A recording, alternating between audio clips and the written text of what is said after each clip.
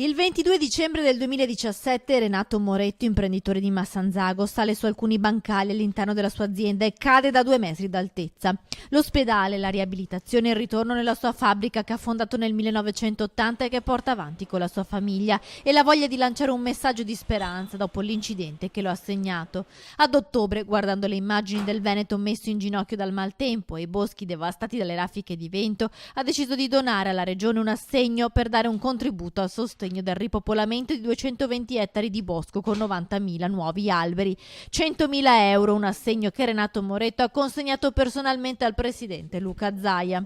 Vorrei condividere con gli altri qualcosa di positivo, qualcosa che costruisca il futuro. I boschi, come ho detto prima, hanno il duro compito di generare ossigeno e noi di ossigeno ne abbiamo bisogno. Non solo di ossigeno da respirare, anche di altri, ma sì, l'ossigeno è evidentemente uno degli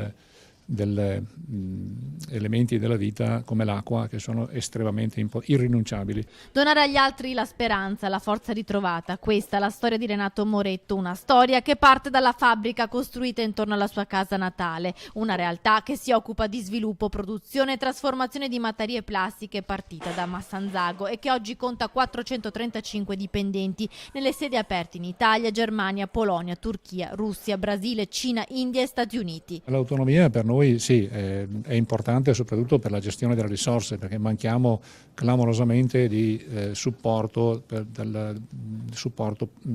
come infrastrutture, siamo veramente deficitari, nonostante la quantità di lavoro che sviluppiamo, la quantità di business, non abbiamo un'infrastruttura adeguata, ed è per questo che ci auguriamo, non vogliamo togliere niente a nessuno, però sicuramente il Veneto va accompagnato e sostenuto in modo diverso. Questo è il simbolo di un Veneto che si dà sempre da fare, ha detto Luca Zaia, ringraziando la famiglia Moretto e gli operai. Al momento questa è la somma più ingente ricevuta a sostegno dalle persone dei territori colpiti dal maltempo. È una grande donazione, ringrazio a nome dei 5 milioni di veneti, anche perché questo ci aiuta ancora di più a galoppare verso l'obiettivo, che è quello di recuperare queste montagne martoriate, partendo ovviamente dalla ripiantumazione dei boschi e dalla salvaguardia e dal recupero di tutto quello che è stato distrutto.